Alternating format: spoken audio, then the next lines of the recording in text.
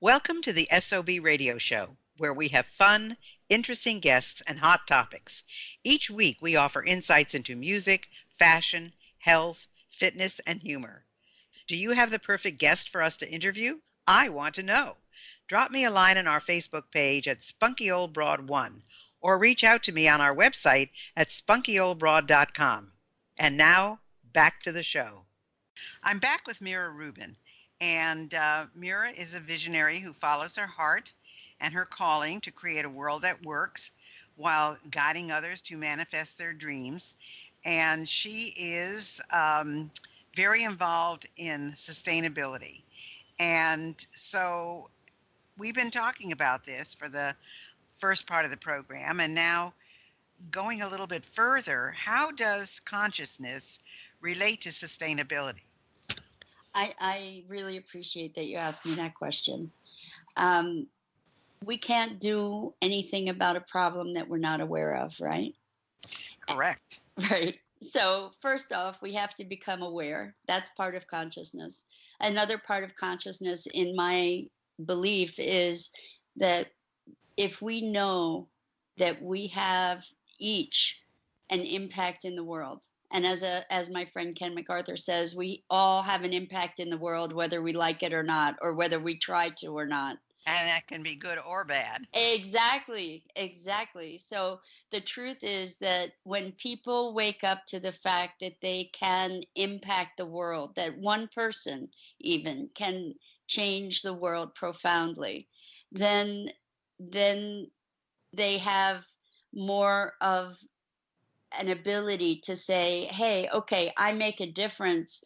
What I do today is matters. What I do in the world matters. What I believe matters. And it empowers people to know that they can initiate positive change. So consciousness is the foundation. And I also believe that we envision our world into being. Some people say we dream our world into being. And by elevating our perspective and our imagining of what the world can be, and by projecting that vision forward, I believe we influence the the outcome. So I'm very privileged to be involved with an organization, a network called SINE, Synergetic Impact Network Exchange. And the declaration from this group is Peace on Earth by 2030. And there is a movement, a collective movement to support and network with all these other movements that are oriented toward peace and toward creating a world that works, that a sustainable planet where we're nurturing each other and nurturing the earth. All of these possibilities occur first with a declaration and a vision and projecting that vision forward. So that's why consciousness is essential to sustainability and to creating a joyful and nourishing world. Well, it's funny you mentioned living in peace and so forth. I always say I sound like a beauty queen when people say, what is your Right? what is your goal? And I say, well, I know I sound like a beauty queen, but I really do want world peace because what is Yes. it all about? It's really all about power. It's power and ego. I mean, if people didn't have the power and ego going, we'd all get along just fine. But you say that there are three simple things that we can each do right now that will help turn around the climate crisis. And I just read the other day about the brouhaha about um, Princess Meghan and or not princess, I guess, whatever you call her, Meghan and Harry going to uh, South Africa with in a plane that was private, not commercial, and that there was going to be a carbon footprint. And of course, then Elton John came out and said, "Wait, wait, wait, wait! It was our plane. We paid for it. We sent it, and we made a contribution to an organization to counteract in the same amount as that carbon footprint would have been." And I thought to myself, if people have nothing better to do than complain that Harry and Meghan took a private plane to a place for a vacation, I thought, what a crazy world we're in. So, what are some of the simple steps that we can do right now to reduce the climate crisis? One of well, the biggest thing that we can do is become more aware, because I believe as we become more aware, by necessity, our behaviors will change.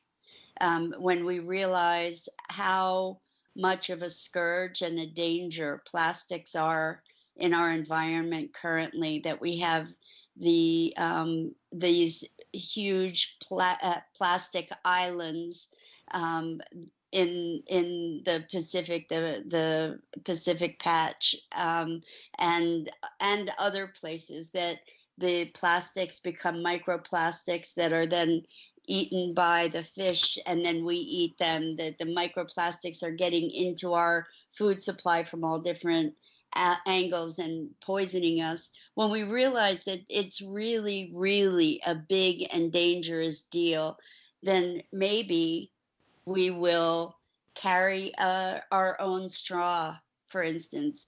I was at lunch with a friend the other day, and he had ordered a smoothie, and the smoothie came in a plastic cup with a plastic lid and a plastic straw. And he knew that I was all about sustainability, and he actually brought it up. I did not. So there you can see I'm somewhat evangelical, but I meter my my passion here and there. And he said, "Oh my gosh, here's I could have gotten I could have had my own straw." He did the calculation. He realized that he uses something like 300 straws a year, or more, and that if everybody would just have their own straw, like a silicone straw or a glass straw or a metal straw, you can buy them on Amazon for anywhere from $6 to $10 for an assortment of them, and carry your straws with you. Just imagine how much less plastic would be contributed to the oceans. And the thing is, understand that the recycling of plastics is largely a myth. That the greater percentage of plastics that we use, single use plastics, don't typically end up recycled. They end up in landfill, or they end up in the ocean. And we're really killing ourselves, and not at a slow rate at this point with plastic. So you could have a plastic straw. You could bring your own containers. So Well, you I can use paper straws too. I mean, a lot of yes, companies are now going to paper straws. I go into a lot of restaurants, especially in California, and everything is paper straws. So yes. it's really interesting. So what are the other two? Well, first is vote with your pocketbook. I don't know how Okay. I did that. So the number one thing we can do is raise our awareness, be more conscious, be alert to what's going on as in terms of our own waste and our own contribution to the problem. When you see petitions, sign the petitions. That's part of awareness. Read more about what's going on with the climate and how we can make a difference. That's number one. Number two is vote with your pocketbook. Um, or vote with your dollars. In other words, support companies that are sustainable. Uh, Go to fast food chains that have a commitment to sustainability. There are fast food chains, if you're using fast food at all, that use paper-based, non-plastic, or recyclable containers. That's an important thing. Shopping with companies that are sustainable. And the number one thing that has been, through studies, determined to be the most impactful on turning around the current climate crisis is to eat more plant-based foods and less to no meat, because the environmental cost of meat production and the animal food industry is tremendously negative in its impact on environment, on resources, on um, our water supply, etc. So those are three main things that we can do. It's actually more than three, but I bundled them all together for you. Well, it's interesting because I do think that I think more and more people are becoming aware. There's no question about that. Um, so I think that most people are becoming much more aware, and I think people are relating to the plastic situation. I do think that. But you mentioned, and I had not even heard of this, so I'm not sure what this is all about. You said that there was a plastic-free July challenge, Yes, and it changed your life. it did. I never even heard of that. So where was this, and what was it about? So the Plastic Free July was an online challenge that was championed by a number of different environmental organizations, and so I decided to take it on, and with the best of intentions. And I can tell you, it changed my life on a number of different levels because I ended up having to change where I shopped. I ended up having to change the products I bought. I ended up having to, I'll give you a specific. So I pretty much used to live at Trader Joe's. I mean, if it weren't for Trader Joe's, I would starve. And so the thing about Trader Joe's is that it's got the produce there is largely packaged in plastic. And of course, prepared foods, I would buy hummus and it would be in plastic containers. And so I started doing some research. There's a great website called Story of Stuff, and that's where I had learned about the challenge. And they put out some information, support information on how you could avoid having to buy things in plastic containers. So if you think about it, and I hadn't even realized how completely pervasive it was, and this is why it changed my life. Um, I would eat frozen food, prepared food, dish soap, laundry soap, shampoo, toothpaste, everything that we use as staples pretty much is packaged in plastic. So what I ended up doing is I found there are stores that sell products in bulk. And interestingly, for instance, Whole Foods is one of the stores that you can buy bulk products. However, you cannot bring to Whole Foods your own containers, which is unfortunate because they don't have um, ecologically friendly containers to Well, be they do packaged. though, because I was there yesterday and I bought my lunch and my dinners because I don't cook, and everything went into paper containers. Right. Oh, right. On their prepared food section, they do. Right. Yes, but I'm talking about like prepackaged food. I'm sorry. Ah, okay. But no, Okay. I'm really glad you made that clarification. But one of the things about Whole Foods is they have this wonderful, wonderful bulk selection area where you can buy rice and you can buy oats and you can buy all kinds of things in bulk, which is awesome. But they don't allow you to bring your own container to put it in. And the containers that they have available are either plastic or plastic bags that are from recycled plastic, but they're not compostable, for example. Whereas I found I'm in the Philadelphia area, there's a co-op that I go to that enables you to bring your own containers, and you can buy, for instance, tahini and put it in a container and take it with you. So it doesn't have to be in plastic. They also have glass containers that you can purchase there. Now, that's not to say that there aren't the volume of products that are packaged in plastic for which there are no alternatives or limited alternatives is is incomprehensible. And I really, truly had not had any awareness of how pervasive it is. And so, what it made me aware of is making choices. Now, whenever I buy something, I have to think about, well, is this something I can make? So, like I said, I used to buy hummus.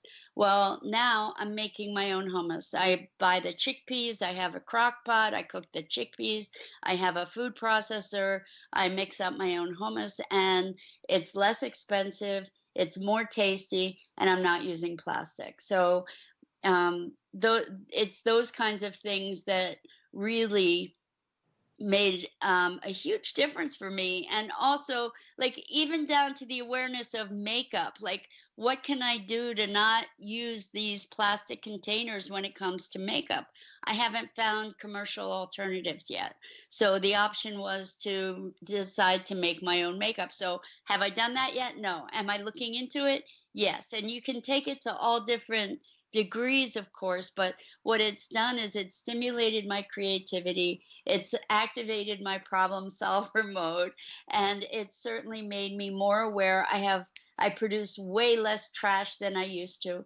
And even being conscious in July and not buying plastic, I ended up with a big bag of plastic objects from things that I ran out of during that month, that I had used. And so it's shifted my perspective in a very profound and radical way. I invite anybody to try it, even for a week, and your whole perspective on the way that we're producing products in this country will change dramatically. So, Yeah, that's very interesting. And of course, even if everybody didn't do it, but some people did it, and some people really did it well, it could make a big difference. And yes, so, yeah, they have to find another way of getting all that stuff out there that's going to be lasting without doing it in plastic. So, yes. you say that you did have a peak experience of your life. What was the peak experience that you went through?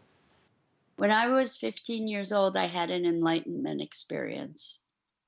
And what happened was, I was speaking with a friend on the phone, and I spent most of my life on the phone at that age with my friends.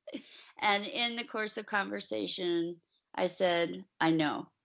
And in that moment, I was catapulted into another state of awareness where instead of me knowing, I was knowing. In other words, it was an experience of being beyond time and space, beyond my body, my personality, anything I knew, anything I believed. It was an experience of pure presence. And it changed my life in that, number one, it was the most real and true experience of my entire life. It was like that that was the truth, and all the rest of this, somehow I've had to spend the rest of my life to contextualize what all the rest of this is in the face of that truth. Like, and so that actually probably is responsible for kicking off my lifelong search for meaning and purpose.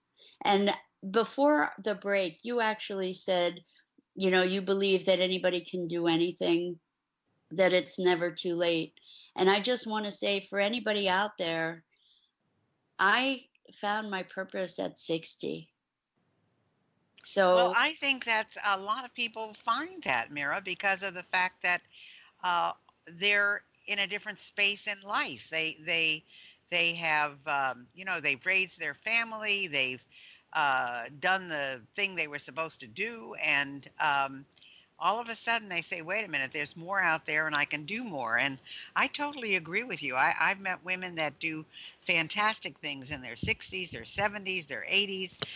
To me, it's just fantastic. But you also, you have a gift for our audience. It's called Unlocking Your Inner Success Blueprint, 5 Keys to discovering what you were born to do.